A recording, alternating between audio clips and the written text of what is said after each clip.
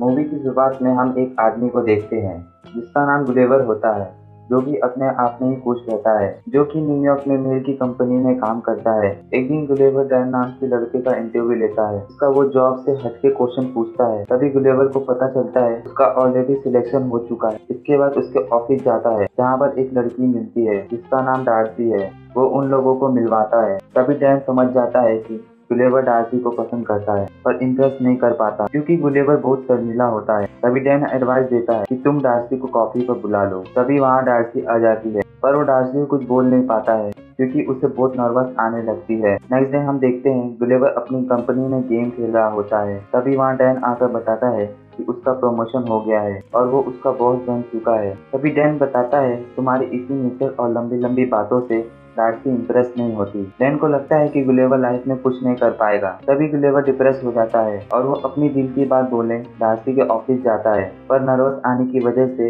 वहाँ रखा एक पेपर उठा लेता है जो कि ट्रैवलिंग का फॉर्म था। तभी डार्सी पूछती है क्या तुम्हें ट्रैवलिंग करना पसंद है और वो डार्सी को इम्प्रेस करने के लिए बताता है कि वो कई सारे देश घूमने गया था। तभी डार्सी उसे एक आर्टिकल लिख कर लाने बोलती है। इसके बाद घर पहुंचकर ट्रैवलिंग के ऊपर आर्टिकल लिखने की कोशिश करता है लेकिन उसे कभी ट्रैवलिंग नहीं किया था, जिस वजह से उसका दिमाग में कुछ नहीं आता, जिस वजह से दूसरे का आर्टिकल चोरी करता है और वो एक नोट बनाता है और अगले दिन डार्सी को दिखाता है, जिसे देखकर डार्सी बहुत खुश हो जाती है और उसे बर्मुडा ट्रायंगल पर एक आर्टिकल लिखने को बोलती है और साथ में उसे बर्मुडा ट्रायंगल में जाना होगा। अब डार्सी को इम्प्रेस करने के लिए गुलेवर मान जाता है और अगले दिन फ्लाइट पकड़कर बर्मुडा निकल जाता है, जहाँ वो बोट को रेंट पे लेकर बर्मुडा ट्रायंगल के लिए निकल पड़ता है। गुलेवर को बीच समुद्र में आग लग जाती है।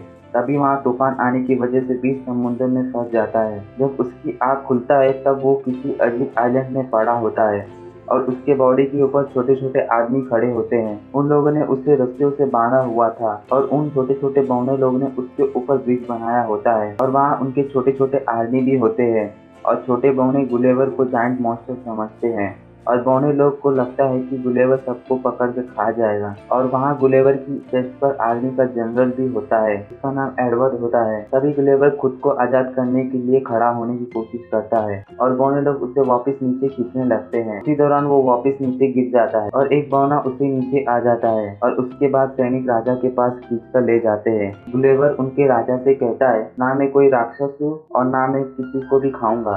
और गुलेवर पूछता है मैं कहाँ हूँ और बौने लोग बताते हैं कि तुम लिलीपुर में हो। गुलेवर को लगता है कि उसके साथ प्रैंक हो रहा है। तभी बौने सैनिक उसे एक गुफा में कैद कर देते हैं जहाँ पर उसे एक और कैदी मिलता है जिसका नाम हुरेशो होता है। गुलेवर हुरेशो से पूछता है कि तुम्हें कैद क्यों किया है। हुरेशो बताता है कि मैं राजकुमारी को पसंद करता हूँ, इसलिए उनके मंगेतर जो जनरल एडवर्ड ने मुझे यहाँ कैद कर दिया है। तभी अचानक एडवर्ड आ जाता है। गुलेवर उससे घनचक्कर बुलाता है। एडवर्ड गुलेवर से घनचक्कर का मतलब पूछता है पर गुलेवर कहता है इसका मतलब है सबसे बहादुर आदमी। जिसके बाद एडवर्ड खुद को घनचक्कर बुलाने लगता है। गुलेवर एक कैदी था तो उसे जानवरों की तरह इस्तेमाल किया जाता था। तभी पड़ोसी राज्य उन पर हमला कर देते हैं और महल में आग लगाकर राजकुमारी को किडनैप करने की कोशिश करते हैं। तभी वहाँ गुलेवर आके राजकुमारी को बचा लेता है लेकिन महल में आग लगने की वजह से सभी लोग डरकर इधर उधर भागने लगते हैं। लेकिन गुलेवर कहता है कि तुम्हें फिक्र करने की जरूरत नहीं है क्योंकि मैं इस आग को बुझा दूंगा। इसके बाद हम देखते हैं गुलेवर अपनी सुसु से आग को बुझा देता है और साथ ही साथ वो एक आदमी के ऊपर सुसु कर देता है। अब गुलेवर दुश्मन देश से लिलीपुर को बचाया होता है, इसलिए राजा खुश होकर खाने पे इनवाइट करता है। उसे देखकर एडवर्ड को गुस्सा आता है और वहाँ से चला जाता है, जिस पर गुलेवर राजा के आगे शर्त रखता है कुरेशों को आजाद करना होगा।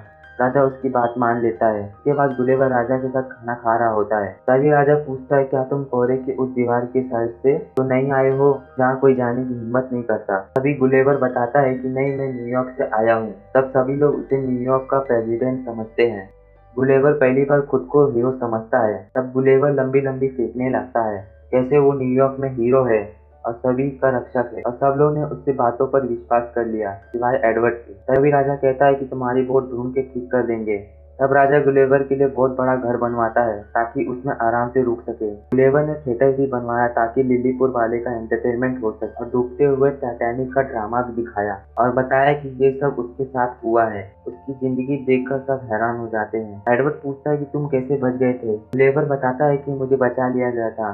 असल में गुलेवर की कहानी सब झूठी होती है, उसकी जिंदगी में ऐसा कुछ हुआ ही नहीं था। अगले दिन हम देखते हैं हुरेशो गुलेवर से मदद मांगता है ताकि वो राजकुमारी को इम्प्रेस कर सके, लेकिन गुलेवर बहुत बड़ा बोंदू था और हुरेशो को उल्टी सीधी हरकतें करके उसे उल्टी पुल्टी ज्ञान देने लगता है, जिसके बाद हुरेशो को भी समझ नहीं आता और वो सारी की सारी हरकतें राजकुमारी के सामने करने लगता है और राजकुमारी भी उसकी बातों का बुरा नहीं मानती एंड उसके प्रपोजल को एक्सेप्ट कर लेती है। उसी रात एडवर्ड गुलेवर की बोट को ढूंढ लेता है क्योंकि वो जल्द से जल्द गुलेवर को लिलीपुर से भगाना चाहता था। बोट पे गुलेवर को अपना फोन मिलता है जिसमें डार्सी का वॉइस मैसेज सुनता है, जिसमें डार्सी बताती है वो गुलेवर के ऊपर बहुत ज्यादा नाराज है क्योंकि वो सही टाइम पर उसके बैमुरा ट्रायंगल के ऊपर आर्टिकल नहीं मिला, इसलिए अब उसे आर्टिकल लिखने बैमुरा ट्रायंगल आना पड़ेगा। अगले दिन पड़ोसी राज्य लिलीपुर पर हमला कर देते हैं। तभी हुरेशो गुलेवर को आकर बताता है कि हमला हो गया है, तुम्हारी मदद चाहिए, क्योंकि गुलेवर लिलीपुर का जनरल बन चुका था। तभी गुलेवर लड़ने के लिए उनके सामने आता है। वो उनसे पहले बोलता है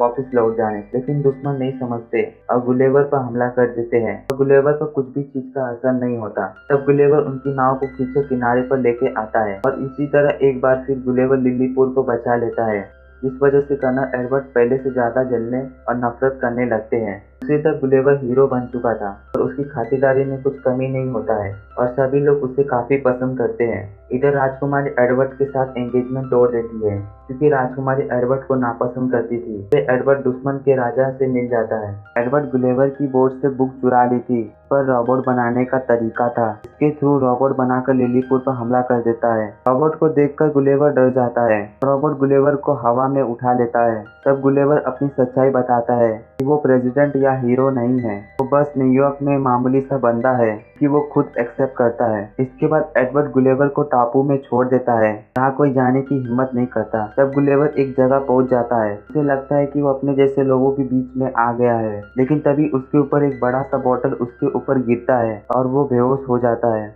जिसके बाद वो होश में आता है। अपने आप को बड़े से महल में पाता है जहाँ पर किसी ने उसको लड़कियों की तरह सजा रखा था। गुलेवर उस महल से बाहर निकलने की कोशिश करता है। तभी हम देखते हैं कि वो डॉल हाउस में है और उसके सामने एक बड़ी सी बच्ची है। दरअसल गुलेवर पहले एक छोटे इंसान के देश में पहुंच चुका था, अब वो बड़े इंसान के देश में है, जिस वजह से वह बच्ची आकार में बहुत बड़ी थी और वह उसे काफी ज्यादा परेशान करती थी। तभी वहाँ हिरोशो आता है और वो बताता है कि डार्सी भी लिलीपुर में आ चुकी है। एडवर्ड ने उसके साथ राजा को भी बंदी बना लिया है, अब तुमको ही उसको बचाना पड़ेगा। तभी गुलेवर रात को डार्सी के पास पहुंचता है और वहीं पर राजा भी कैद होता है। तभी राजा डार्सी को सब कुछ बता देता है और ये भी बताता है कि गुलेवर डार्सी को पसंद करता है। तभी डार्सी भी इम्प्रेस हो जाती है। नेक्स्ट डे गुलेवर और रोबोट के बीच में फाइट होती है। यहाँ पर रोबोट गुलेवर को बहुत मारता है। इसी बीच हुरेशो रोबोट के अंदर घुस जाता है और उसके अंदर का वायर काट देता है, जिसका फायदा उठाकर गुलेवर रोबोट को बहुत बुरी तरह से डिस्ट्रॉय कर देता है और इसी तरह लिलीपुर जीत जाता है। अब राजा हिरोशो और राजकुमारी की शादी के लिए राजी हो जाते हैं क्योंकि हिरोशो ने बहुत बहादुरी से रोबोट के अंदर घुसकर वायर को काट दिया था। तभी हम देखते हैं एडवर्ड वहाँ आ जाता है और राजकुमारी को पकड़ लेता है। तभी राजकुमारी उसे जोर से पंच मारकर उसे नीचे गिरा देती है। इसके बाद डार्सी और गुलेवर अपने देश वापस लौट जाते हैं। अगले सीन में डार्सी और गुलेवर को देखते हैं जो कि एक दूसरे का हाथ पकड़कर घर जाने लगते हैं। साथ ही साथ हमें पता चलता है कि गुलेवर राइटर और ट्रैवलर बन चुका है। और दोस्तों इसी मजेदार मूवी की कहानी खत्म हो जाती है। अगर आपको ये मूवी पसंद आए तो लाइक एंड सब्सक्राइब जरूर कीजिएगा।